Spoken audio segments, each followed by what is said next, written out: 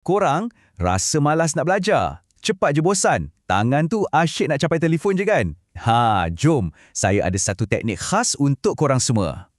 Pernah tak rasa macam ni? Buka je buku, nampak kerja sekolah yang berlambak-lambak tu. Terus rasa macam, tutup baliklah buku ni. Dah semangat nak mula buat, tapi tak sampai 5 minit, tangan tu dah gatal capai telefon. Betul tak? Kononnya nak scroll sikit je, balas mesej sikit. Sedar-sedar dah 1 jam berlalu. So, ada tak cara senang? Mestilah ada. Apa kata kalau saya bagi tahu, ada satu cara yang super mudah untuk siapkan semua kerja tu tanpa rasa stres langsung? Inilah dia. Jom kita kenal teknik si tomato. Nama rasminya teknik Pomodoro. Bunyi macam comel kan, tomato. Tapi jangan main-main. Teknik ni power tau. Okey, so apa benda sebenarnya teknik si tomato ni? Simple je. Ia cuma satu cara belajar dalam tempoh yang pendek tapi betul-betul fokus. Lepas tu, kita rehat. Tu je. Nak tahu cara buatnya? Senang sangat. Ada 4 langkah je. Sesiapa pun boleh follow. Jom kita check it out. Okey, pertama sekali pilih satu je tugasan. Jangan tamak. Nak buat maths? Buat maths je. Kedua, set timer kat telefon tu 25 minit. Dalam 25 minit ni, tolonglah. Lupakan phone, lupakan TV, fokus 100%. Ketiga, bila timer dah bunyi, kring, terus berhenti. Ambil rehat 5 minit. Pergi minum air ke, regangkan badan ke, apa-apa je. Dan yang terakhir, lepas dah buat 4 pusingan macam ni, barulah korang boleh ambil rehat yang lebih panjang. Dalam 15 ke 30 minit. Nampak tak?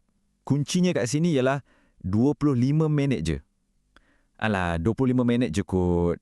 Sesiapa pun boleh fokus kejap macam tu, kan? Tak adalah rasa macam nak kena hadap buku berjam-jam.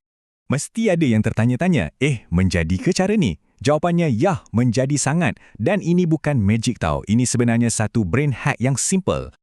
Macam ni, otak kita ni sebenarnya lebih cergas bila dia tahu yang waktu rehat dah nak dekat. Bila kita janji akan bagi dia rehat, dia pun jadi lebih rela nak bekerja keras kejap. Bijak kan? Cuba tengok beza dia. Dulu, belajar sikit je, otak dah rasa burn out, dah bosan. Tapi, bila guna teknik ni, korang akan rasa lebih fokus, lebih segar dan yang paling best, kerja pun laju je siap.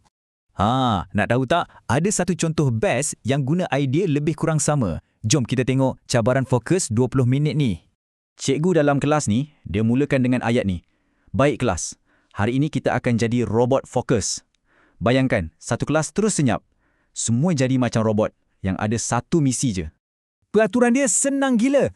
Tugasan, siapkan 5 soalan math. Masa 20 minit je, fokus penuh. Syarat dia, dilarang bercakap, dilarang bangun dari kerusi. Dan ganjarannya, dapat rehat 3 minit sambil dengar muzik. Best kan? Okey, dah tengok contoh kan? Sekarang giliran korang pula. Saya nak cabar korang. Tak payah tunggu cikgu suruh. Benda ni korang boleh buat sendiri je kat rumah. Soalannya satu je, berani ke tak? Cuba, sekali je dulu. Ambil mana-mana kerja sekolah, set timer 25 minit dan tengok sendiri apa hasilnya. Jadi, tunggu apa lagi? Jangan bagi rasa malas tu menang. Cuba je. Just try it. Hari ni, mana tahu. Inilah rahsia yang korang perlukan untuk jadi pelajar yang lagi power. All the best.